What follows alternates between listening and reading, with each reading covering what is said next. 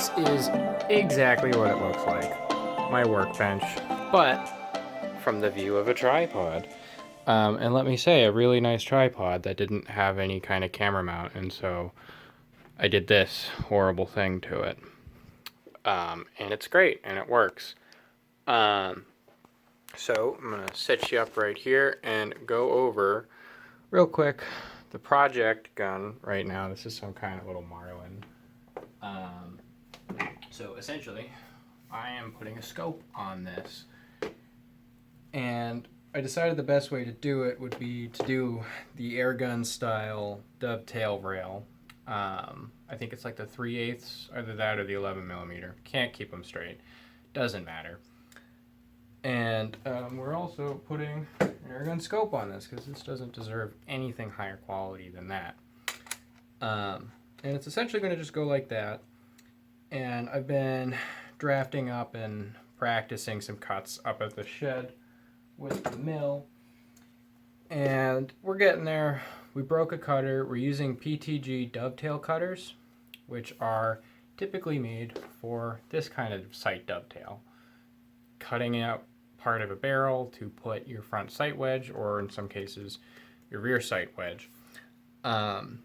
Those are working. We got a really nice one-piece mount to fit to a rail I made up with that type of cutter, and the cutter broke. So I bought a new cutter. Haven't made a rail with that yet, not a full one. But we are making progress, and essentially what I'm doing is I have an old airgun receiver with the same diameter as this receiver, and it has rails on it, so I'm essentially just duplicating the dimensions onto this one, and then we're going to put a scope on it. It's going to be really nice because the sights on this are kind of horrible. You have this very large U, and then within that you have a smaller notch. Really, really weird stuff. And then you have kind of a silver front bead. It's a very, very weird sight picture, very hard to use. We have no idea how accurate the gun is just because the adjustments are terrible. You have the kind of punch and hammer drifting in the front, and then you have your standard good old elevation adjustment in the rear, which to even be in the ballpark, the adjustment needs to be bottomed out. So it's like it's hitting where it wants to hit, and you can't do anything about that. So I decided, well, it's just going to be like a 100-yard gun, if that. Let's just put a 4x scope on it. I've got a million laying them around. And it'll be really easy, wicked low profile. This isn't a nice gun. It's not an accurate gun. Doesn't deserve anything better than that. I hate this thing. I hate it. But I really want the experience of putting a nice little scope on it and hitting something with it, because I've been working on this gun for months trying to get it to work. Yeah, so this was just a little introduction. All I'm going to be doing tonight is basically I'm just going to have the scope up here, probably like duct taped on or something, and then just with snap caps make sure it'll clear ejection okay. And then my goal is for next weekend, we're all going shooting. My goal is for then to have this thing ready to zero with the scope on it. And I'll keep you guys posted. So I'm back a few minutes later. I think this is the most beautiful thing I've ever constructed, and I love it, and I kind of just want to keep it this way because it's, look at that. That's quality workmanship. So just to prove that we're going to clear the scope, we've got snap caps in there.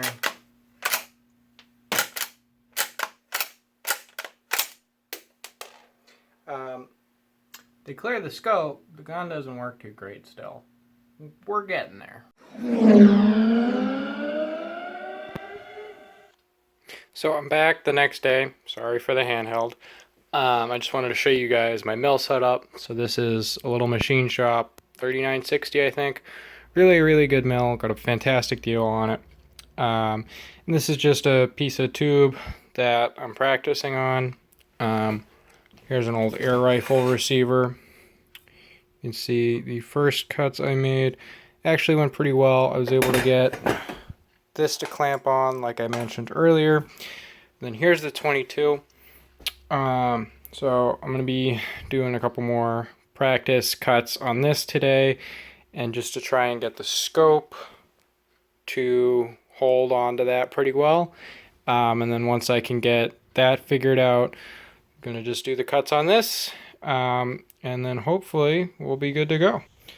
Another half hour has gone by, and I am super happy to say that I know exactly what I need to do to get the scope to fit onto this size tube, and I'm pretty much ready to go on the 22, and I'm super happy about that. This is going really well. I've got all the dimensions down that I need. Yeah, so see you in a little bit.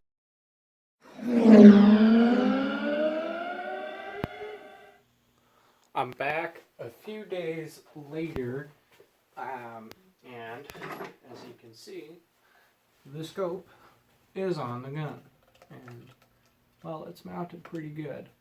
Yeah, I mean, I'm happy with how it came out for a first time. I think that if I had to do this again, I would essentially have the cuts be higher on the receiver so that they're closer together, if that makes sense. So if you think the top of the circle, I basically came down a certain amount, and then that I had to come out a certain amount to go down that far on the circle, or on the tube of the receiver. I would come down less so that then it would be a little bit tighter, because this is, I don't know if you can tell, but it's kind of stretching the capabilities of the rings a little bit. But I mean, I'm really happy with it for a first time. Next on the list is I'm going to try and convince the owner of this to let me put a sling swivel on so that we can put a little bipod on the front, and then we will have the world's worst bench rest gun. So thanks for watching, guys. I hope the tripod will suffice for the time being. Have a great day.